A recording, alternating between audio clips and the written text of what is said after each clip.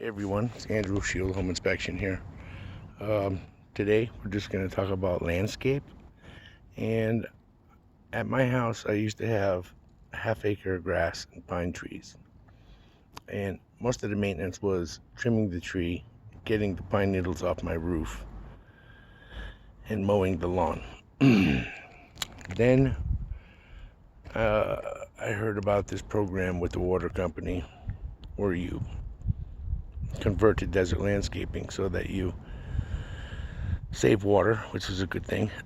Save water and money on your water bill, plus you're saving water that a lot of people need when we have water shortages, so that's a good thing. But I'm telling you one thing. They tell you that desert landscaping is maintenance free, and I'm here to tell you that they're wrong. It's not maintenance free. Each one of these, you have to put in a certain amount of plants, because once they you submit your plan, you have to have so many plants per square foot, because when you finish, you submit your bill, and then they give you like 50% of your money back as long as you follow the guidelines, which is putting a vapor barrier under the rock so that you don't kill the soil.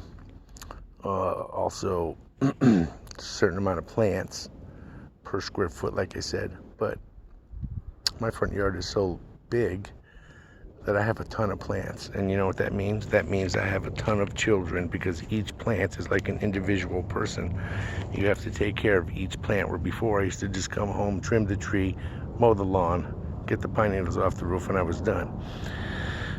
So I'm just letting you know that it's not maintenance free, and it actually probably takes me more time to do my front and back landscape maintenance every year. And I'm gonna flip the camera around just so you can see what my front yard looks like, so you know what I'm talking about. And then I also have this dry riverbed in the middle of going down the center of my yard, and that is a dirt catcher, a leaf catcher. Anything that the wind blows will catch it. So you spend a lot of time just blowing that rock out, because if you let this debris pile up and you don't stay on top of it, your desert landscaping is going to disappear. So you paid all that money, and then the next thing you know, it's just going to look like leaves. You won't even recognize it, and I've seen people do that before. Plus, in the springtime, the weeds, they pop up through that paper, and you spend days just pulling the weeds. Anyway, I'm going to flip the camera around so you can see what my front yard looks like, so you know what I'm talking about. So here, I chose some bird of paradises, two different kinds, the orange and the yellow. And then I have other plants that are spaced properly, and the cactus hanging over. And this thing here, this thing is just forever giving. This thing grows and grows and grows. Actually, this started out as a little plant by my swimming pool when I didn't want it by the pool area, so I took it out and put it here when it was just about an inch big. And this thing here has been producing ever since, and it actually gives little fruits also. And this is the riverbed right here that catches all the dirt. You see how good it looks right now? It's because I blew it out. I blew all the debris out, and I have to do this once a year. And you can see around some of these lantanas, these lantanas, they give you beautiful flowers all year long, but there's so much debris underneath them, and you have to keep them cleaned out so that, you know, they continue to bloom properly. But you can see these bare spots where you can see the paper on the side of the plant. Well, that was because when I'm blowing the debris, it's going to move the rock. So when I'm finished, I'm not finished yet, I'm almost getting finished. You can see all the different plants I have out front. But if you're blowing the debris, you're going to expose some of your paper. So when you're finished, you're going to have to go back around with a rake and straighten things out.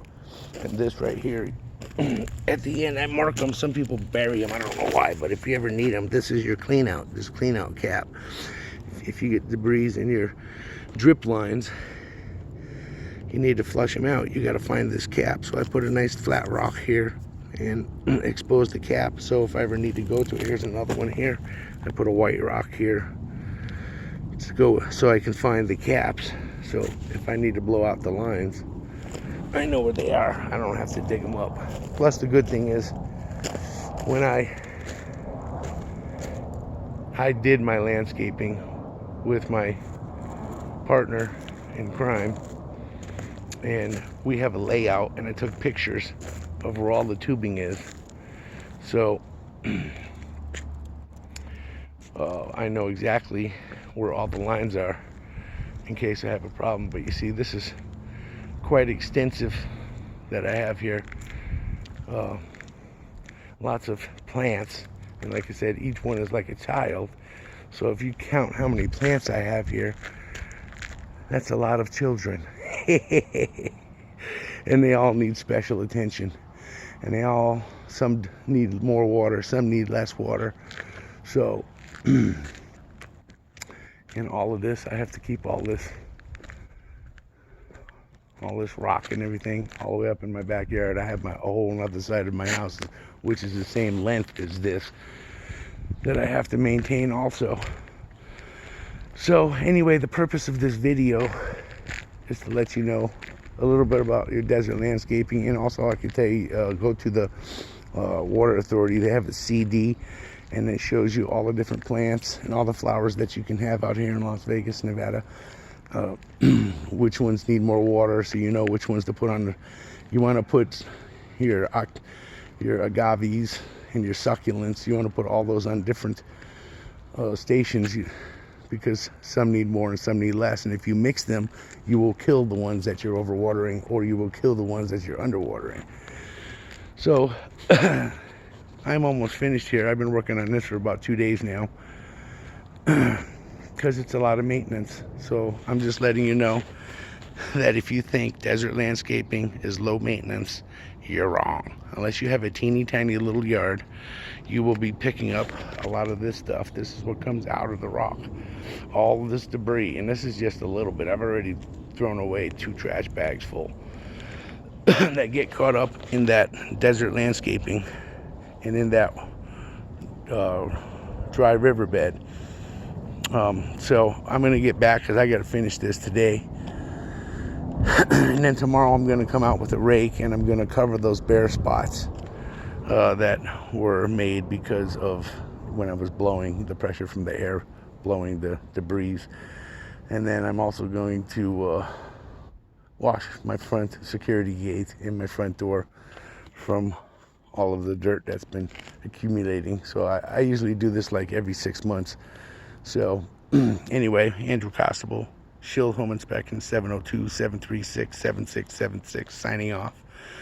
Just giving you some heads up and some tips on your desert landscaping. All right. Thank you very much for watching, and we'll talk to you soon.